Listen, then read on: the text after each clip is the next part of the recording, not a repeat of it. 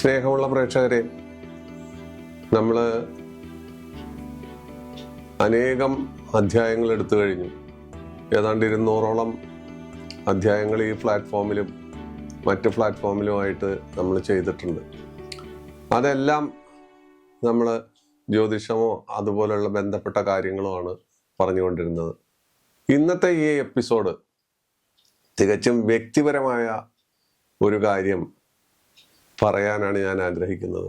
പ്രേക്ഷകർ ഇത് കേൾക്കും, പ്രേക്ഷകർ ഇത് മനസ്സിലാക്കും എന്നുള്ള വിശ്വാസത്തോടു കൂടി നിങ്ങളുടെ മുന്നിൽ വ്യക്തിപരമായ ഒരു അനുഭവം, 1-2 അനുഭവം, അതിൽ 2 അനുഭവം ഗുരുവായൂർ ക്ഷേത്രത്തിലാണ്, ഒരനുഭവം വൈക്കത്തപ്പനുമായി ബന്ധപ്പെട്ടാണ്.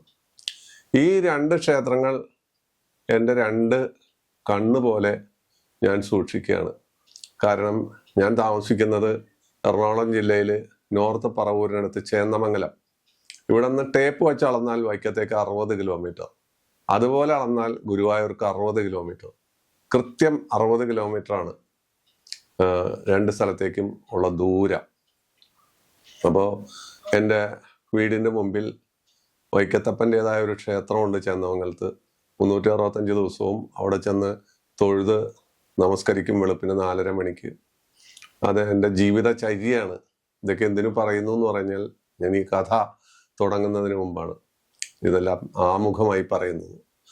അപ്പോൾ ആദ്യത്തെ കഥ ഏകദേശം 35-36 കൊല്ലം മുമ്പുണ്ടായ ഒരു കഥയാണ്. ഞാൻ ഈ നാട്ടിൽ ഒരു വീട് വയ്ക്കുന്നു. വീട് വയ്ക്കാൻ തറക്കല്ലിട്ട സമയത്ത് അന്ന് വാഴക്കൃഷി, പറമ്പ് അല്പം കൂടുതലുള്ള കാരണം വാഴക്കൃഷി ധാരാളം ചെയ്യും. നേന്ത്രവാഴ, അതുപോലെ 13 തരം വാഴകൾ ഇവിടെ ഞാൻ വെച്ച് പിടിപ്പിച്ചിരുന്നു. കദളിവാഴ അതിൽ പ്രധാനമാണ്. അപ്പോൾ ഈ കെട്ടിടത്തിന് തറക്കല്ലിട്ട ദിവസം ഒരു കദളിവാഴ ഞാൻ വെച്ചു. മനസ്സിൽ കരുതി, ഇതിൻ്റെ പണി 11 മാസം കൊണ്ട് തീരുകയാണെങ്കിൽ ഈ വാഴ കൊലച്ചാൽ ആ കൊല വെട്ടി നമ്മൾ ഗുരുവായൂർ കൊണ്ടുപോയി സമർപ്പിക്കാം എന്ന് നേരെയല്ല, മനസ്സിൽ കരുതി. സാധിച്ചാലല്ലേ സാധിക്കൂ. വാഴ വലുതാവണം. കദളി വാഴയാണെങ്കിൽ വളരെ സംരക്ഷണം കൊടുത്ത് വളർത്തേണ്ട സാധനമാണ്. അങ്ങനെ ആണെങ്കിൽ തന്നെ അത് വളരെ പ്രയാസമാണ് പിടിച്ചു കിട്ടാൻ. പക്ഷെ അത് വളർന്ന് വലുതായി. കെട്ടിടത്തിൻ്റെ പണി 11-ാം മാസം ഏകദേശം പൂർത്തിയായി. ഇനി ബാക്കി കുറച്ച് പണികളേ ഉള്ളൂ.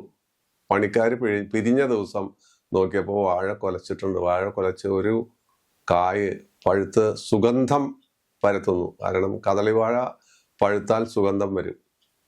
അപ്പം തന്നെ വെട്ടി ഒരു ബിഗ് ഷോപ്പറിലാക്കി. പിറ്റേ ദിവസം, അന്ന് കാറൊന്നുമില്ല, കാറിന് പോകാൻ സാധ്യതയുമില്ല, ബസ്സിൽ കയറി പറവൂരിന്ന് ഗുരുവായൂരിലെത്തി.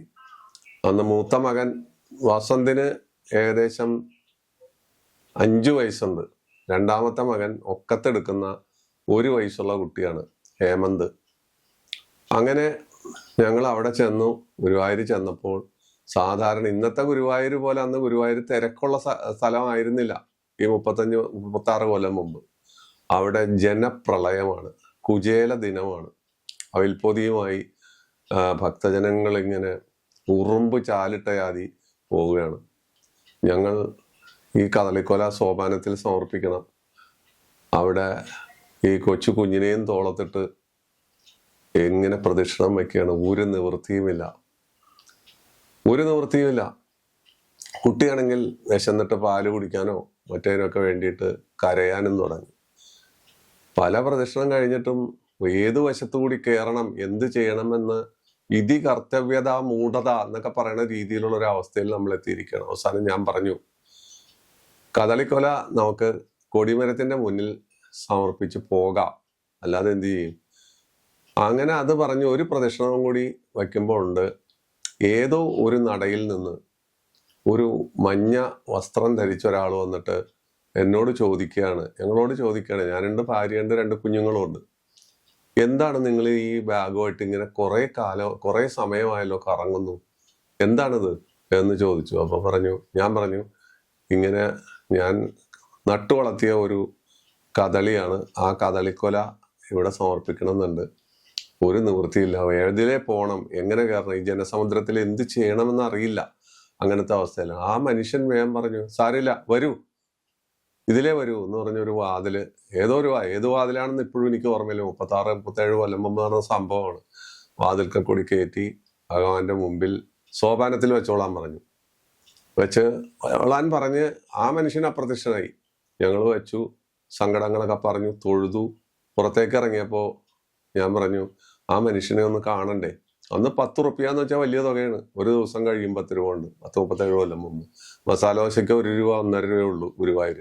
അതാണ് ഇന്നത്തെ സ്ഥിതി. അപ്പോ ഇന്നിപ്പോ 150 രൂപ 200 രൂപയുണ്ട്.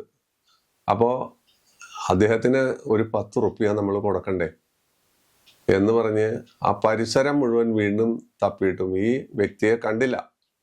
ആരാവട്ടെ എന്താവട്ടെ, അത് അവിടുത്തെ ഒരു കഴകക്കാരനോ ജീവനക്കാരനോ ആയിരിക്കാം. പക്ഷെ കാര്യസാധ്യം ഭഗവാൻ നടത്തി തന്നു എന്നുള്ള നന്ദിയോടുകൂടി ഞാനത് എപ്പോഴും ഓർക്കും. എനിക്ക് എഴുതാം ഈ കഥ. ഞാൻ അനേകായിരം ലേഖനങ്ങൾ എഴുതിയപ്പോൾ പലപ്പോഴും ആലോചിച്ചിട്ടുണ്ട് ഈ കഥ എഴുതണമല്ലോ, പക്ഷെ എഴുതിയില്ല.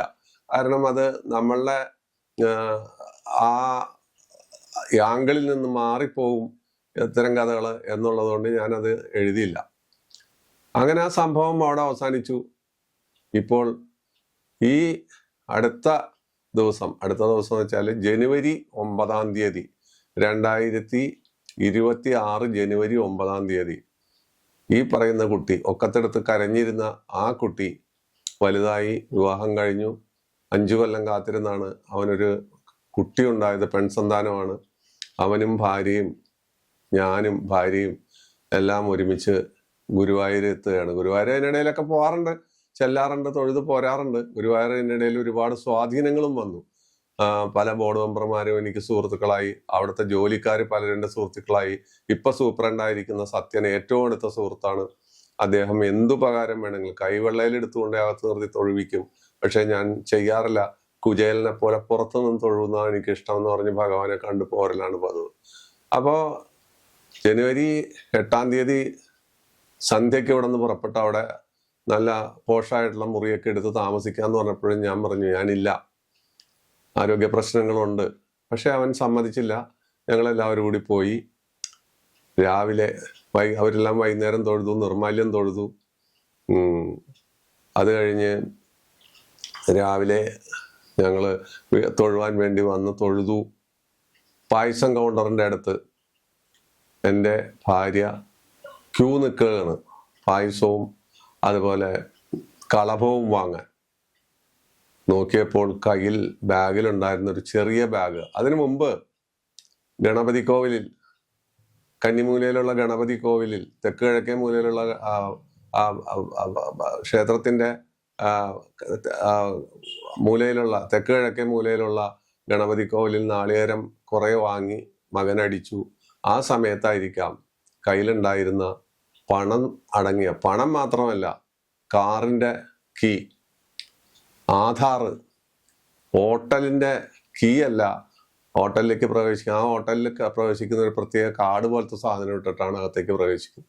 അത് 9800 റുപ്യ ഇതടങ്ങിയ ബാഗ് കാണുന്നില്ല. അവിടെ നിന്ന് ഒരൊറ്റ ഓട്ടമാണ്. ഗുരുവായൂരപ്പ എന്ന് വിളിച്ചുകൊണ്ട് മുന്നോട്ട് ഓടുകയാണ്. ഓടി ഞാൻ സൂപ്രണ്ട് സത്യനെ വിളിച്ചു. സത്യൻ വളരെ തിരക്കിലാണ്, വിളക്കുകൾ ലേലം ചെയ്യുന്ന തിരക്കിലാണ്. സത്യം പറഞ്ഞു, ഇന്ന സ്ഥലത്ത് ചെല്ലൂ, അവിടെ ചെന്ന് കഴിഞ്ഞിട്ട് പറയൂ എന്ന് പറഞ്ഞു. അവിടെ ചെന്നപ്പോൾ അവര് പറഞ്ഞു പോലീസ് എയ്ഡ് പോസ്റ്റ് ഉണ്ട്, അവിടെ ചെന്ന് പറയൂ എന്ന് പറഞ്ഞു.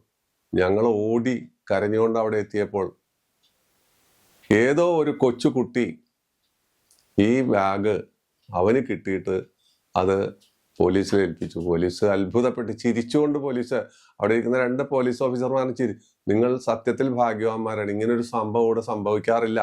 ഇങ്ങനെയെല്ലാം കിട്ടിക്കഴിഞ്ഞാൽ അത്, പ്രത്യേകിച്ച് അതിൽ പണമുണ്ട്, കാറിന്റെ കീ ഉണ്ട്, മറ്റു പലതുണ്ട്, പല രേഖകളുണ്ട് അതിനകത്ത്. ഇത് കിട്ടിയത് നിങ്ങളുടെ ഭാഗ്യമാണ് എന്ന് പറഞ്ഞ് അവരും ഞങ്ങളെ അഭിനന്ദിച്ച് അതിനുവേണ്ട ഫോം എല്ലാം എഴുതി കൊടുത്ത് ഒപ്പിട്ട് വാങ്ങി ഞങ്ങൾ പോരുകയാണ്. ഇങ്ങനെ 2 സംഭവങ്ങൾ ഗുരുവായൂർ അരങ്ങേറി. ഈ 2 സംഭവങ്ങളും എൻ്റെ മനസ്സിൽ ഈ ജന്മത്തിലും അടുത്ത ജന്മത്തിലും തറച്ചു നിൽക്കും എന്നുള്ള കാര്യം സത്യം മാത്രമാണ്.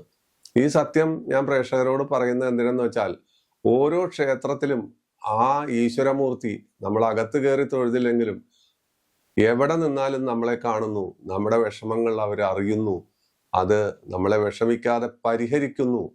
അതിന് നമ്മുടെ പ്രവൃത്തിയും നമ്മളുടെ ഭക്തിയും നമ്മുടെ മനസ്സും ഒക്കെ ഉണ്ടാവും അതിനകത്ത്. അതുകൊണ്ടായിരിക്കാം ഗുരുവായൂരപ്പൻ അങ്ങനെ ചെയ്തത്. അപ്പോ ഈ രണ്ട് കാര്യങ്ങൾ കൊണ്ട് ഈ ജന്മമല്ല, ഇനി അടുത്തൊരു ജന്മം ഉണ്ടെങ്കിലും വേറെ എത്ര കാലം ഉണ്ടായാലും ഞാൻ അവിടത്തോട് കടപ്പെട്ടിരിക്കുന്നു. അതങ്ങനെ പോയി. ഈ രണ്ട് കഥകൾ അവിടെ തീർന്നു. മൂന്നാമത്തെ കഥ വരുന്നത് 2018 സാധാരണ വൈക്കത്ത് അഷ്ടമി കൊടി കയറി കഴിഞ്ഞാൽ ഇവിടുന്ന് ബസ് പിടിച്ചാണെങ്കിലും, അന്ന് കാറൊന്നുമില്ല, ബസ്സിനാണെങ്കിലും വൈക്കത്ത് ചെന്ന് ഒരു ദിവസം തൊഴും. അതുപോലെ പിറന്നാൾ ദിനത്തിൽ സാധാരണ വൈക്കത്ത് പോയി അവിടുത്തെ ഊട്ടുവരയിൽ നിന്നാണ് പ്രാതൽ സദ്യ അല്ലെങ്കിൽ അന്നദാനമോ കഴിക്കുക. അതെൻ്റെ ഒരു സ്വഭാവമാണ്. അപ്പൊ 2018 ക്രൂരമായ പ്രളയം ഞങ്ങളെ ആകെ തകർത്ത് തരിപ്പണമാക്കി. വീടിനകത്ത് താഴത്തെ നിലയിലുണ്ടായിരുന്ന സകല വസ്തുക്കളും നഷ്ടപ്പെട്ടു. ഏതാണ്ട് 3-4 ലക്ഷം രൂപയുടെ നഷ്ടമാണ് വന്നത്. ആകെ വാഹനങ്ങളെല്ലാം മുങ്ങിപ്പോയി. കാർ ഉൾപ്പെടെയുള്ള വാഹനങ്ങളെല്ലാം വെള്ളത്തിൽ മുങ്ങി ആകെ വല്ലാത്തൊരവസ്ഥയിലിരിക്കുകയാണ്. അഷ്ടമി കൊടി കയറി 1-ാം ദിവസം കഴിഞ്ഞു. അങ്ങനെ പോയി 11-ാം ഉത്സവത്തിന്റെ അന്ന് വരെ എനിക്ക് പോകാൻ പറ്റിയിട്ടില്ല. അപ്പൊ ഇവിടത്തെ വൈക്കത്തപ്പന്റെ അവിടെ വെളുപ്പാങ്കാലത്ത് പോയി തൊഴുത് വിഷണ്ണനായി, ദുഃഖിതനായി, ഇത്തവണ അഷ്ടമി തൊഴുന്നതില്ല, തൊഴുവാൻ അവിടെ നിന്ന് ഇഷ്ടപ്പെടുന്ന തൊഴുവാൻ അങ്ങോട്ട് വരണ്ട എന്നല്ലേ പറഞ്ഞത് എന്ന് പറഞ്ഞ് ഞാൻ വിഷണ്ണനായി ഇങ്ങനെ നടക്കുകയാണ്. അപ്പൊ ഞാൻ ആലോചിക്കുന്നുണ്ട്, എൻ്റെ ഒരുപാട് സുഹൃത്തുക്കളുണ്ട്. ഒരു വാക്ക് ഫോണിൽ പറഞ്ഞാൽ മതി, കൈവിരൽ ചലിപ്പിച്ചാൽ മതി, ബെൻസുകാറുമായിട്ട് വന്ന് കൊണ്ടുപോകും. പക്ഷെ എനിക്കൊരാളുടെ അടുത്തും തല കുമ്പിടാൻ ഇഷ്ടമില്ല, ആരെയും ബുദ്ധിമുട്ടിക്കാൻ ഇഷ്ടമില്ല. നമ്മൾ സ്വയം കഷ്ടപ്പെട്ട് പോകണം. സാമ്പത്തിക പരാധീനത, ലക്ഷങ്ങളുടെ നഷ്ടം എല്ലാം കൂടി വിഷമിച്ചിരിക്കുകയാണ് 2018 അഷ്ടമി. അങ്ങനെ 11 മണി ആയപ്പോൾ മുനമ്പം ഭാഗത്തുനിന്ന് ലതിക, അതുപോലെ അവരുടെ ഒരു മകൻ, അവരൊരു ബിസിനസ്സുകാരിയാണ്, അവർ ചില കാര്യങ്ങൾ സംസാരിക്കാൻ വേണ്ടി ഇവിടെ വന്നു. അപ്പൊ ഭൂപതി എന്നാണ് ആ കുട്ടിയുടെ പേര്, മകൻ. അവര് സംസാര മധ്യേ ഒരല്പം എന്നോട് ആധികാരികമായിട്ട് സംസാരിക്കുന്ന ഒരു സ്ത്രീയാണ്. അപ്പൊ 11-ാം ഉത്സവം നടക്കുകയാണ്, അഷ്ടമി 11-ാം ഉത്സവമാണ്. സാറ് വൈക്കത്ത് അഷ്ടമിക്ക് പോയില്ലേ, തൊഴുവാൻ പോയില്ലേ? ഞാൻ പറഞ്ഞു പോയില്ല. കാരണം ഇതാണ്, ഈ പ്രളയവും അതുണ്ടാക്കിയ നാശനഷ്ടങ്ങളും മാനസികമായ ക്ഷതങ്ങളും ആണ് പോവാതിരിക്കാൻ കാരണം. സാറ് എന്തൊരു സാറാണ്! എൻ്റെ മകൻ ഇതുവരെ വൈക്കത്ത് അഷ്ടമി അല്ലെങ്കിൽ വൈക്കത്ത് തൊഴുതിട്ടില്ല, അവനെ ഒന്ന് കൊണ്ടുപോകണം, ഇപ്പൊ തന്നെ കൊണ്ടുപോകണം, എൻ്റെ കാറും കൊണ്ട് പോയിക്കോ എന്ന് പറഞ്ഞു. ഞാൻ പറഞ്ഞു ഇപ്പൊ മണി 11 ഇപ്പൊ പോയാൽ ശരിയാവില്ല, വൈകുന്നേരം പോകാം. അവൻ വൈകുന്നേരം കാറ് കൊണ്ടുവന്ന് എന്നെയും ഭാര്യയെയും വൈക്കത്ത് കൊണ്ടുപോയി. അവിടെ ജനപ്രളയമാണ്, സകല വഴികളും ബ്ലോക്ക് ചെയ്തിരിക്കുകയാണ്, ലക്ഷക്കണക്കിന് ജനങ്ങൾ. പക്ഷേ ഞങ്ങൾ ആ ലക്ഷക്കണക്കിന് ഏതോ ഒരു പേ പാർക്കിൽ പോയി വണ്ടി പാർക്ക് ചെയ്ത് 11-ാം ഉത്സവം സർവാഭരണ ഭൂഷിതനായ വൈക്കത്തപ്പനും ശ്രീ പാർവതി ദേവിയും മക്കളും ഒക്കെ കൂടി ഇരിക്കുന്ന ചിത്രം അന്നാണ് കണ്ടത്. വളരെ കഷ്ടപ്പെട്ട് എല്ലാ സമയത്തും വെളുപ്പിന് ചെന്ന് ദക്ഷിണാമൂർത്തി ഭാവത്തിലുള്ള വൈക്കത്തപ്പനെ കാണാൻ നോക്കും. ഒരിക്കലും 6 അടി പൊക്കമുള്ള ശിവലിംഗം പൂർണ്ണമായി ഞാൻ കണ്ടിട്ടില്ല. അനേക കാലമായി തൊഴുവാൻ പോകുന്നു. അന്നാണ് ആ അലങ്കാര പൂജയോടുകൂടിയ ആ സ്വരൂപം കണ്ടതും ജീവിതത്തിൽ ആ നിർവൃതി. അതിനു മുമ്പ് ഒരിക്കലും വൈകുന്നേരം പോകാൻ സാധിച്ചിട്ടില്ല. ഇവിടുന്ന് വെളുപ്പിന് പോകും, വെളുപ്പിന് 3-3:30-4 മണിക്ക് പോകും, ഇവിടെ തിരിച്ചു വരും, ജോലി സമയം ആകുമ്പോഴേക്കും തിരിച്ചു വരും. അങ്ങനെയാണ് പതിവ്. അങ്ങനെ ഒരു സംഭവവും കൂടി വൈക്കം ക്ഷേത്രവുമായി ബന്ധപ്പെട്ട്, വൈക്കത്തപ്പനുമായി ബന്ധപ്പെട്ട് ഉണ്ടായിട്ടുണ്ട്. അപ്പൊ ഇതെല്ലാം ഈ ദൃഢവിശ്വാസത്തിൽ ഊന്നിയ കാര്യങ്ങളാണ്. ആ ദൈവങ്ങളോട് നമ്മൾ സ്നേഹപൂർവം ഏത് ക്ഷേത്രത്തിൽ എവിടെ തൊഴുവാൻ ചെന്നാലും വൈക്കത്തപ്പാന്ന് വിളിച്ച് ശീലിച്ചിട്ടുണ്ട്. അപ്പോ ഗുരുവായൂർ ചെന്നാൽ പോലും മനസ്സിൽ അങ്ങനെ വരും. പക്ഷെ ഗുരുവായൂരപ്പൻ അറിയാം ഈ കാര്യങ്ങളല്ല. പക്ഷെ അദ്ദേഹം നമ്മളോട് ഇത്രയും നല്ല രീതിയിൽ, ഇത്രയും വലിയ തുക, കാറിന്റെ കീ പോകുന്നു എന്നുള്ളതാണ് ഏറ്റവും വലിയ പ്രശ്നം.